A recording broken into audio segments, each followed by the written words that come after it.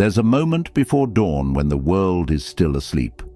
The air is quiet and the day hasn't yet demanded your attention. In that fragile stillness, everything feels possible. A blank canvas waiting for your first brushstroke. Most people rush through life without noticing these moments. They wake, scroll, react, forgetting that each sunrise is a chance to begin again. But you're different. Something inside you is stirring. You're ready to break old patterns, to reclaim your focus, your energy, your peace. Transformation doesn't require monumental change. It begins with small, deliberate actions, ordinary steps taken with extraordinary intention. Marcus Aurelius said, "You have power over your mind, not outside events. Realize this, and you will find strength. This is your power."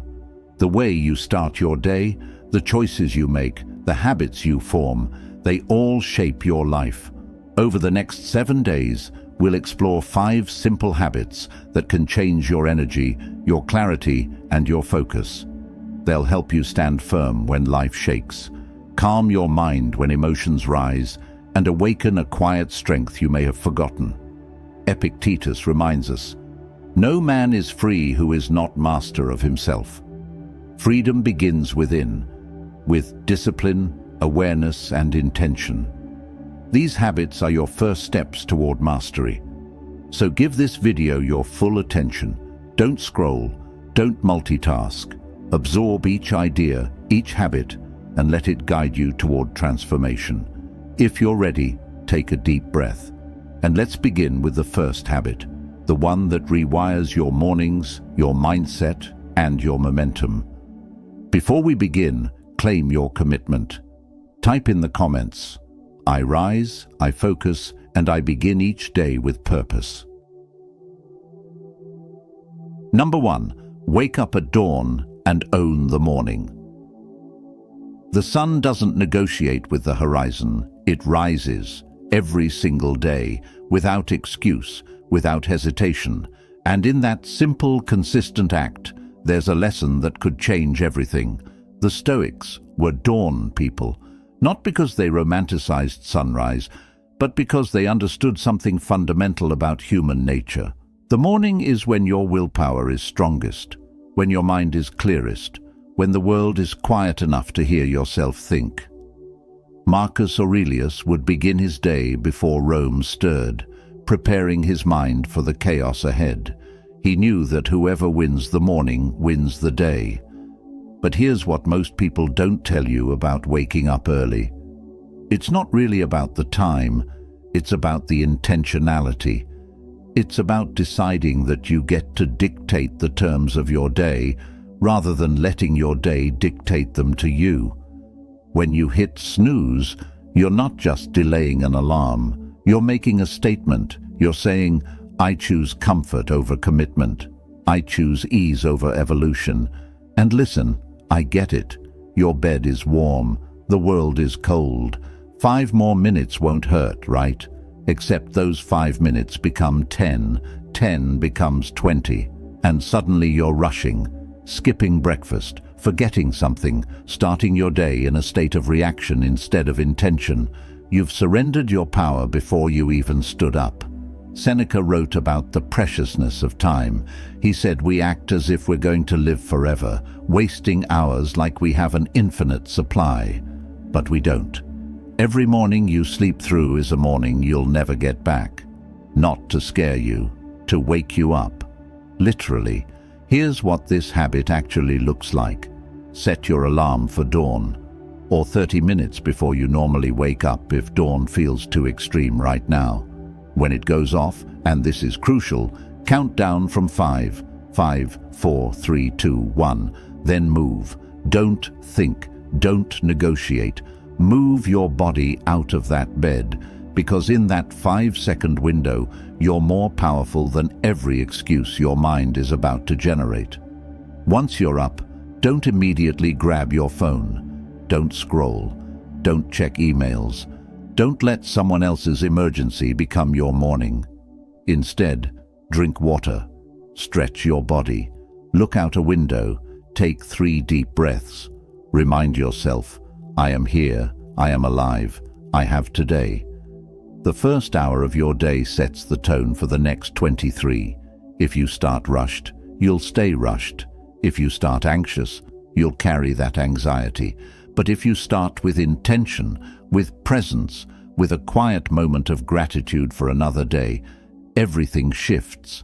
You become the author of your experience instead of a character reacting to everyone else's story. And here's the beautiful part. After just 3 days of this, your body adapts. You start waking up naturally. Your mind becomes sharper. You notice you have time, actual time. Time to think, to plan, to do something for yourself before the world asks anything of you. It feels like freedom because it is freedom. Think about the people you admire, the ones who seem to have their lives together, the ones who create, who build, who lead. Almost all of them guard their mornings. They understand that you can't serve from an empty cup. You can't give your best to the world if you haven't first given something to yourself. This isn't about becoming a productivity machine. It's about honoring yourself, about saying, I matter enough to wake up for. My dreams matter enough to give them the best part of my day, not the leftover scraps of energy at night when I'm exhausted. The Stoics practiced what they called premeditatio malorum, the premeditation of evils. Each morning, they'd mentally prepare for the challenges ahead, not to be pessimistic, but to be ready, to not be surprised by difficulty. When you own your morning, you create space for this kind of mental preparation. You armor yourself, not with denial, but with acceptance and readiness. 1 week, that's all I'm asking. 7 mornings where you rise with the sun, where you choose discipline over comfort, where you prove to yourself that you're stronger than your circumstances, and watch what happens. Watch how your confidence grows. Watch how problems that seemed massive at night feel manageable in the morning light. Watch how you start to trust yourself again, because that's what this is really about. Trust. Every time you keep a promise to yourself, even a small one like waking up on time, you rebuild that trust.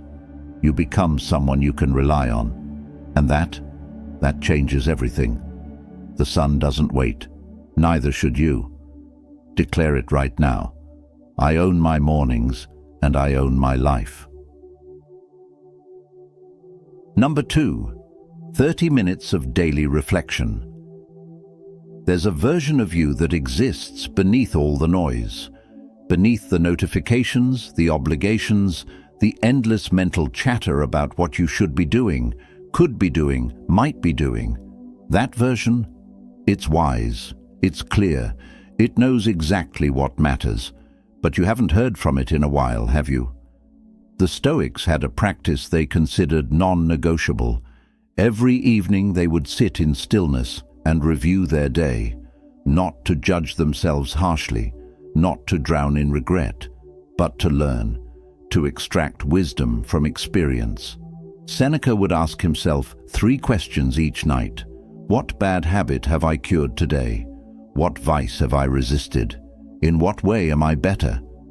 Notice he didn't ask, what did I accomplish? How much money did I make? How many people liked my posts? He asked about character, about growth, about becoming more fully human. Because the Stoics understood something we've forgotten in our achievement-obsessed culture. Success without self-knowledge is just noise.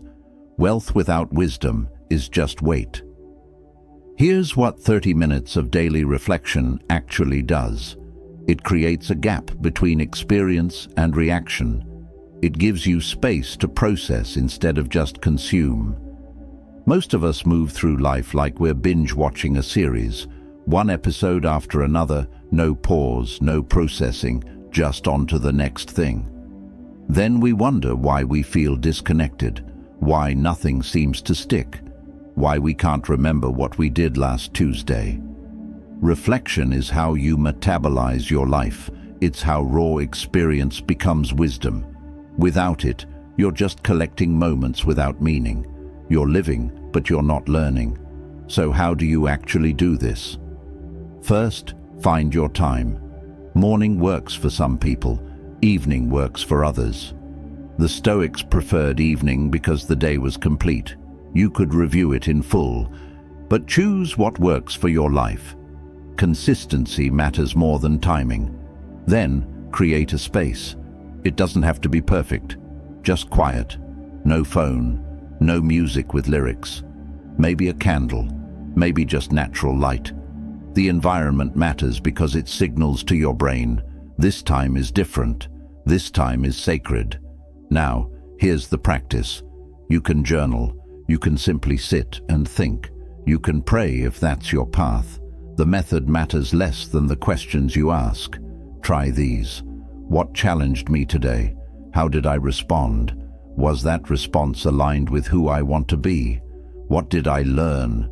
What am I grateful for? What would I do differently if I could? Marcus Aurelius kept a journal we now call Meditations, but he never intended anyone to read it. It was his private conversation with himself, his way of processing power, loss, responsibility, mortality. He was literally the most powerful man in the world, and yet he took time every day to check himself, to remember his values, to stay grounded in what mattered.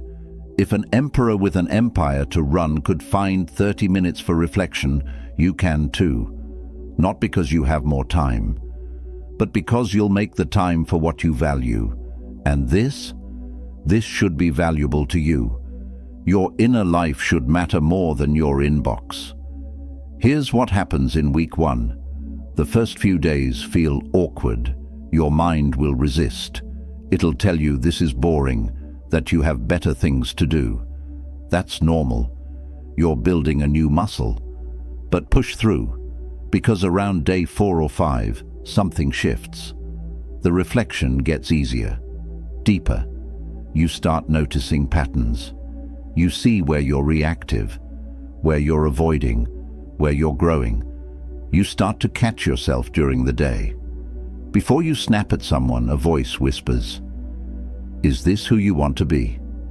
Before you waste an hour scrolling, something reminds you, you said you wanted to write, to read, to create. That voice, it's always been there. Reflection just turns up the volume. The practice also creates accountability, but the good kind. Not shame-based, not punishment, just honest assessment. You become your own wise mentor. The Stoics called this your inner demon, a guiding spirit that knows your potential and won't let you settle for less. And here's the profound part. When you regularly reflect, life stops happening to you and starts happening for you. Obstacles become teachers. Failures become feedback. Pain becomes the tuition fee for wisdom. Nothing is wasted. Everything has purpose. Not because the universe is specially arranging things for you, but because you've developed the eyes to see the lesson in everything. Epictetus taught that we have 2 ears and 1 mouth for a reason. We should listen twice as much as we speak. But I'd add this. We also need to listen to ourselves, to our own inner wisdom. Reflection is that listening. It's how you hear what your life is trying to teach you. 30 minutes, 1 week. That's the commitment. Sit with yourself. No distractions, no escape. Just you and your thoughts, and the quiet recognition that you're worth this time, that your growth matters, that becoming who you're meant to be is the most important work you'll ever do. Pause for a second. If you're brave enough to face yourself honestly, write, "I make time to know myself deeply." Number 3, movement, sweat daily. Your body is not a machine you operate. It's not a vehicle you're stuck driving. It's you, completely, undeniably you. And right now, it's trying to tell you something. The tension in your shoulders, the heaviness in your chest, the restlessness you can't name. That's not weakness. That's energy trapped inside, begging for release. The Stoics didn't separate mind from body. They understood what modern science is only now confirming. You cannot have a strong mind in a neglected body. Marcus Aurelius practiced wrestling and boxing, not for vanity, not for competition, but because physical struggle taught him about mental resilience. Every drop of sweat was a lesson in endurance. Every burning muscle was a reminder, I am stronger than I think. Seneca, despite chronic illness, would take long walks and cold baths. He wrote, "We suffer more in imagination than in reality." He knew that physical discomfort trained you to handle life's inevitable hardships. That when you voluntarily choose challenge in your body, you build capacity to face challenge in your life. But here's what we need to address honestly. Most of us have a complicated relationship with movement. We've turned it into punishment, into something we should do, into a way to fix what's wrong with us.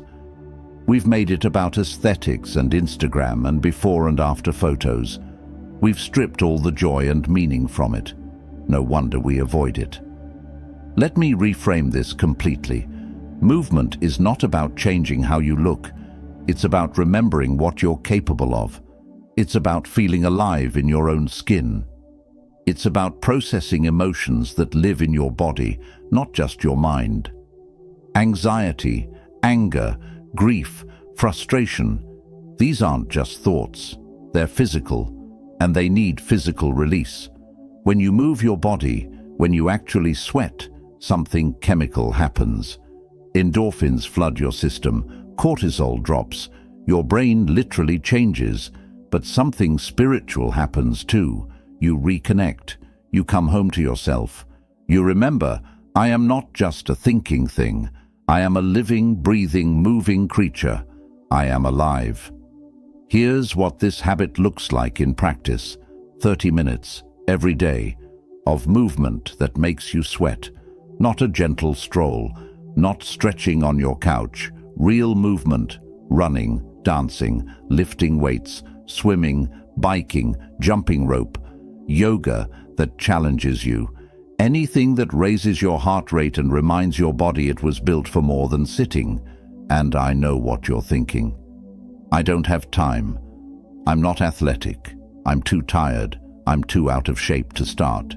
Every single one of those thoughts is your fear talking, not truth. Fear. Fear that you'll fail. Fear that you'll look foolish. Fear that it'll be hard. And you're right. It will be hard, especially at first. But here's the secret the Stoics knew. Hard is where growth lives. Comfort is where dreams go to die. When you choose the difficulty of exercise over the difficulty of regret, you're choosing yourself. You're saying, I am worth the effort. My health is worth protecting. My life is worth living fully. Start small if you need to. 10 minutes, 15, but do it every single day. Consistency builds the habit. Consistency rewrites your identity. You stop being someone who should work out and become someone who does. That shift, that's everything. The Stoics practiced voluntary discomfort. They'd sleep on hard floors, skip meals, expose themselves to cold. Not to be extreme, but to prove to themselves, I can handle more than I think. Your daily movement is that proof. Every time you push through when your mind says stop, you're building evidence. Evidence that you're disciplined, that you're committed, that you're someone who keeps promises to themselves. And let's talk about what happens mentally. You know that fog that sits on your brain, that heaviness, that sense of being stuck. Movement clears it, like wind clearing smoke. After you sweat, problems that seemed impossible suddenly have solutions. Decisions that felt overwhelming become clear. It's not magic, it's biology. Blood flow to the brain, oxygen, release of neurochemicals that literally make you feel better. Within 3 days of daily movement, you'll sleep better. Within 5, you'll notice your mood stabilizing.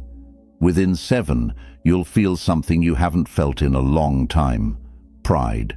Real pride, not the ego kind, the quiet kind, the kind that comes from knowing you showed up for yourself when it mattered.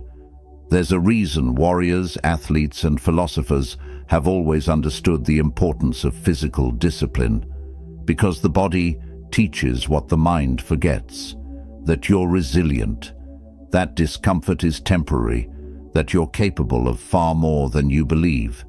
Every workout is evidence. Every drop of sweat is proof. Your body is the only place you have to live. Treat it like the sacred temple it is, not with punishment, but with respect, not with shame, but with gratitude, not someday, but today, right now, this moment. Move, sweat. Remember what it feels like to be fully, completely, powerfully alive. The Stoics knew that a life well lived requires a body well used, not perfected, not Instagram ready, just strong enough to carry you through your purpose, healthy enough to support your dreams, vital enough to feel joy. That's what this habit gives you, not a different body, a reclaimed life. Your body is listening. Tell it what you're about to do. Comment, "My body is strong, and I honor it with movement." Number 4, digital detox for 2 to 3 hours. There's a thief in your pocket, silent, sophisticated, stealing something more precious than money. It's taking your attention, your presence, your ability to think deeply, feel fully, be here now. And the worst part, you invited it in. You check it first thing in the morning, last thing at night, hundreds of times in between. You know what I'm talking about. Your phone. The Stoics lived in a different world, but they faced the same battle. Distraction. Marcus Aurelius wrote, "Confine yourself to the present, not because the present is always pleasant, but because it's the only place where life actually happens, the only place where you have power, the only place where you're real." But we don't live in the present anymore, do we? We live in our screens, in other people's highlight reels, in comment sections and news feeds and endless streams of content designed, literally engineered, to hijack our attention. Silicon Valley didn't accidentally make these apps addictive. They hired neuroscientists. They studied gambling mechanics. They built digital slot machines that pay out in likes and notifications, and that little dopamine hit that keeps you scrolling. And it's working. The average person touches their phone 2,600 times a day, checks it every 10 minutes, spends over 4 hours staring at a screen. 4 hours. That's a quarter of your waking life, given freely to algorithms that don't care about you, your dreams, your relationships, or your peace of mind. They care about engagement, about keeping your eyes on ads, about turning your attention into profit. But here's what they can't take unless you give it. Your choice. You still have that. Right now, in this moment, you can decide, enough. I am reclaiming my attention. I am taking back my life. This habit is simple but not easy. 2 to 3 hours every day, completely disconnected. Phone off, or better yet, in another room. No social media, no email, no news, no screens of any kind. Just you, present, available, alive to what's actually in front of you, and I already hear the resistance. But what if someone needs me? What if I miss something important? What if there's an emergency? Here's the truth. For thousands of years, humans survived without instant connectivity. Your grandmother didn't have a smartphone. She was fine. You will be fine. Better than fine. You'll be free. Epictetus taught his students to distinguish between what's in their control and what's not.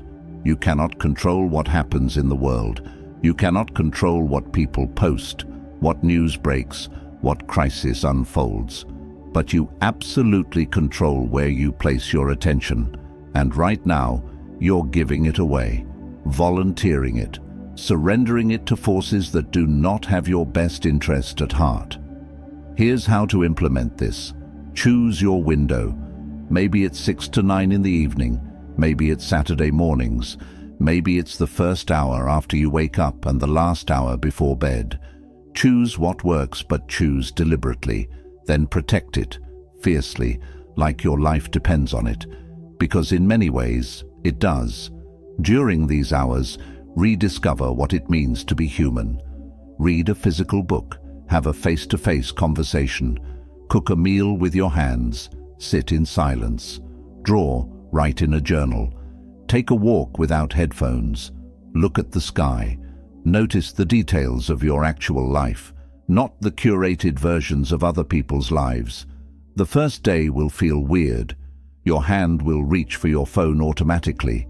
You'll feel phantom vibrations. You'll experience something close to withdrawal because that's literally what it is. You're detoxing from an addiction, but don't quit. Breathe through it. Notice the discomfort without obeying it. The Stoics called this voluntary hardship, choosing difficulty now to build strength for later. By day 3, something remarkable happens. Your mind starts to clear.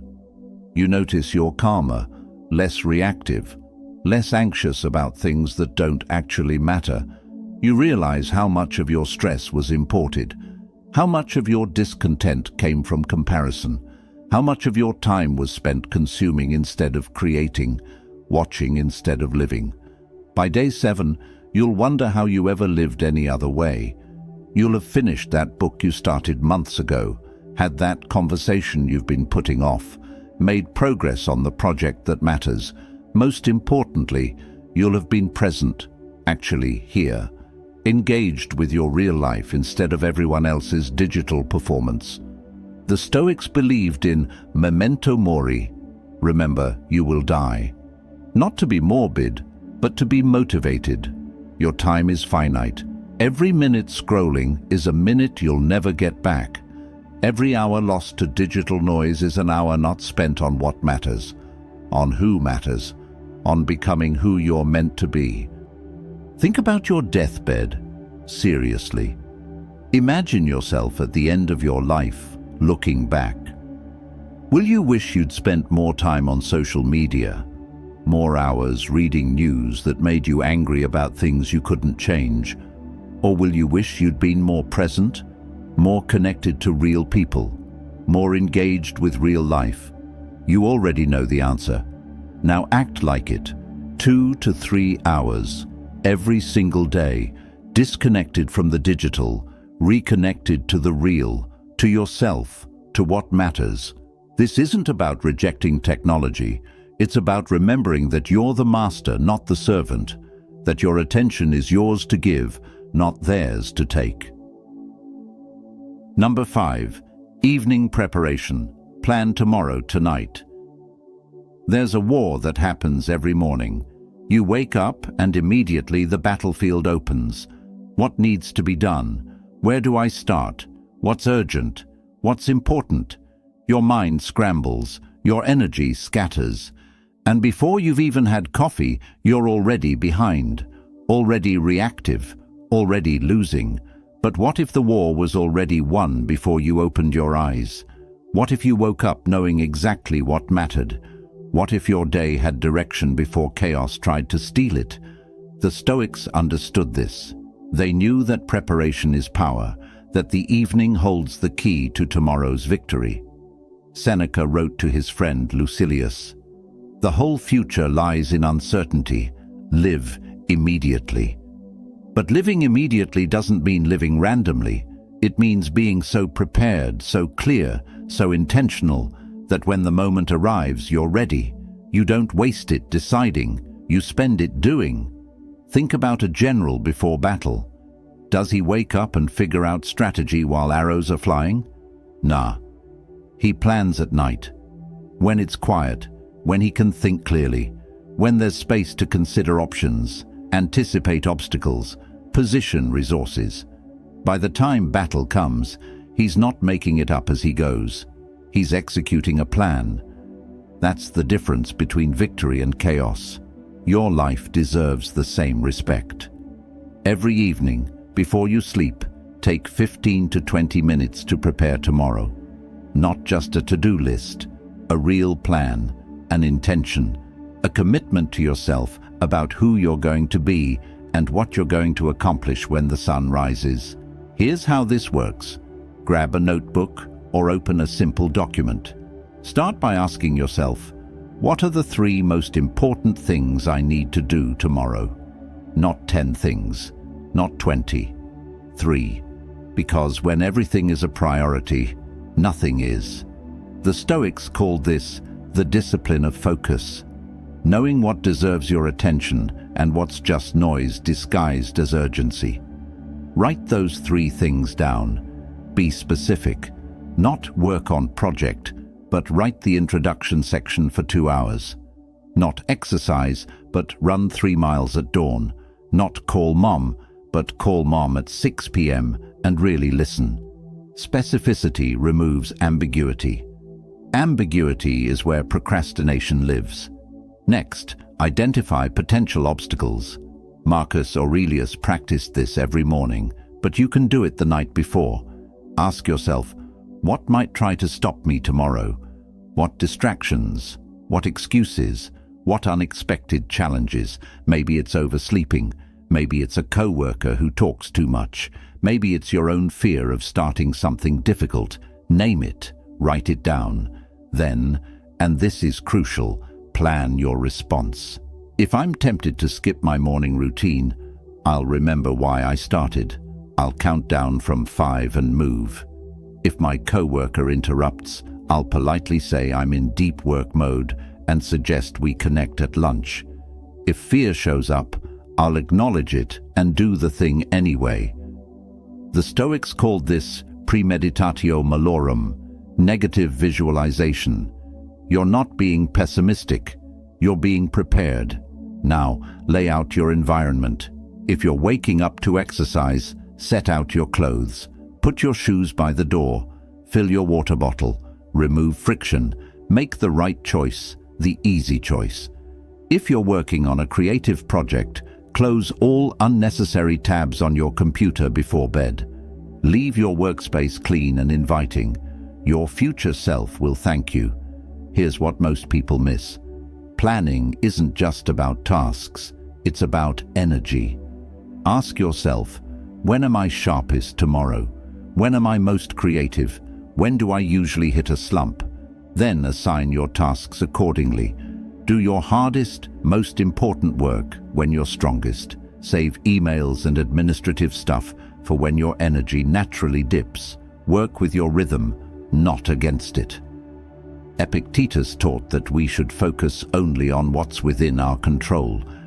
Tomorrow you cannot control traffic, other people's moods, unexpected problems, or 1,000 other variables. But you can control your preparation. You can control your intention. You can control how you respond when things don't go according to plan. And that control, that's everything.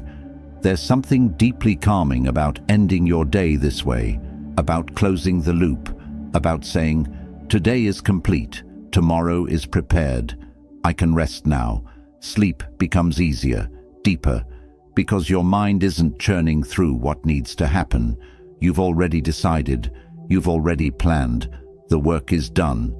Within 3 days of this practice, you'll notice something.